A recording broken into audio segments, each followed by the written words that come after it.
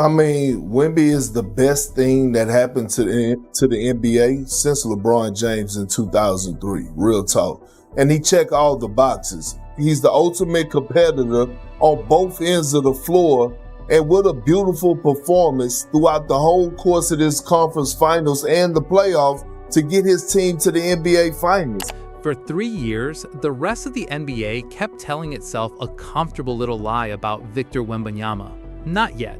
Sure, he's special, but he doesn't have real players around him. We still have time before San Antonio becomes a real problem. Well, that time, it's gone. The Spurs just walked into Oklahoma City and knocked out the defending champions in a Game 7 on their own floor. The future didn't wait. It showed up early, and it showed up ready. And the scariest part about this team might not even be the 7-foot alien in the middle of it. It's the guys around him. Every single one of them knows exactly what their job is. Took it away. They want the double dribble, not foul. Hartenstein blocked by Fournette. Oh, Fournette goes up and stops it. So here's what this whole video is really about. Not another Wembanyama highlight reel. You've already got 50 of those sitting in your feed. We're going through this roster one piece at a time, top to bottom. Because the real reason the Spurs became the league's worst nightmare is hiding in the supporting cast, the guards who make Wemby work at scale, the shooters who make doubling him a death sentence, the role guys who quietly win the 6 minutes nobody's even watching. Everybody's making a Wemby video. Almost nobody is talking about the fact that San Antonio quietly built a machine where every single part feeds the next one. Then they proved it in the loudest way possible. They knocked off the champs in 7 games, and their best player didn't even have to go fully nuclear to close it out. And before anyone jumps in the comments saying OKC was hurt or San Antonio just got hot, save it. The Spurs beat the Thunder 8 times in 12 meetings this season, regular season and playoffs combined. That's a matchup the defending champions never solved across an entire year of trying. On the road, in a must-win game, Wembanyama scored just 22 points, and they still won comfortably. Right now, that number probably sounds crazy to you. By the time we're done, it's gonna make complete sense. Let's get into it. We have to start with Wembanyama, because everything else on this team is built around what he does, almost literally. When people talk about him, they talk about his stats, and the numbers are impressive for a 22-year-old. 25 points, 11 rebounds, 3 blocks a night in the regular season. In the playoffs, he's been at 23 and 11 with 3.5 blocks per game. He led the entire postseason in total rebounds and total blocks. A center leading the playoffs in rebounds? Yeah, we saw that coming. On 4. Wemby's gonna pull a deep 3. Oh my goodness! But here's the thing. No stat on that box score actually shows you what Wembanyama does to a basketball game. None of them. You can stare at the numbers all day and still miss the real story. You have to actually watch him to believe it. Someone in my comments put a name on it recently and it stuck with me. Gravitational repulsion. And honestly, it's perfect. On defense, teams spend the whole shot clock trying to keep the ball as far from him as possible. They swing it side to side, they drive away from him, they settle for worse shots, whatever it takes to avoid going near that rim while he's standing there. He bends the whole offense away from the paint without even moving his feet. And then on offense, it flips completely. He's like a black hole. Every defender gets pulled toward him. The double comes, help slides over. 4 sets of eyes lock onto the big man. And all that attention is exactly what lets everyone else around him get open. The shooter in the corner, the cutter going back door, the guard with a clear path to the rim. They're all open because the defense is too busy worrying about Wemby to do their own job. That's what breaks opponents. It was never really about the scoring. It's what he lets everybody else do. Think about it like this. When you've got a guy who erases mistakes at the back line, who turns a blown closeout into a blocked shot at the rim, your other 4 players get to play totally different basketball. They can crowd the ball handler, they can jump passing lanes, they can gamble all over the floor and not panic because Wemby's standing behind everything. He gives the rest of the Spurs permission to take risks. That's the real gift. And history tells you how rare this actually is. Through Game 6 of the conference finals, Wemby had 372 points, 176 rebounds, and 59 blocks in his playoff career. The only players to ever reach numbers like that through their first 16 playoff games are David Robinson and Hakeem Olajuwon. That's the Mount Rushmore of big men, and a 22-year-old just walked right up and joined them. So yeah, he's the foundation, but you don't win a finals with just a foundation. You win it with what you build on top of one.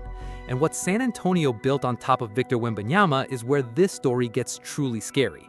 Because before any team even gets to Wemby, they have to answer a completely different question first. Who's stopping the guards? The Spurs have 3 different answers for that. Let's start with the most important one. And honestly, he might be the most important non-Wemby player on this entire roster, Stephon Castle. Castle is the engine of this whole thing. In the playoffs, he's putting up 19 points and nearly 7 assists a game. He led the entire postseason in total assists. But what makes him so dangerous? He's the perfect Robin for this Batman. He took the toughest defensive job in the league, guarding 2-time MVP Shai Gilgeous-Alexander, and held him under 38% from the field across the series. A young kid running your offense like a veteran on one end, then locking up the best scorer on the planet on the other, that's a two-way star developing right before our eyes. Then there's De'Aaron Fox. Fox is the relief valve for this entire offense. When you build a team around a big man in the post and short roll, there are going to be nights where things bog down. The ball sticks, spacing gets tight. Suddenly, you're staring at a shot clock running out with nobody able to create a clean look. Fox fixes that.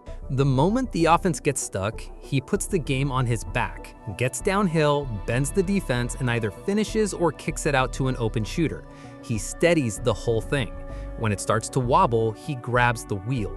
And if you need proof of how much that matters, look at what happened when he wasn't out there. Fox missed the first 2 games of the OKC series. In those 2 games, Castle coughed up 20 turnovers, because without Fox, all of the creation pressure landed on one young guard's shoulders. Against a championship-level defense, that's going to crack him. Then Fox comes back for the next 5 games and Castle's turnovers drop all the way down to 12 total. That's exactly what a release valve does. And then there's the guy who just feels flat out unfair, Dylan Harper. In Game 1 against the defending champions, he put up 24 points, 11 rebounds, 6 assists, and 7 steals. Let me give you the context because it's almost unbelievable. Since steals became an official stat in the 70s, exactly 1 other rookie has ever posted a 20-10-5-5 line in a playoff game. That name is Magic Johnson.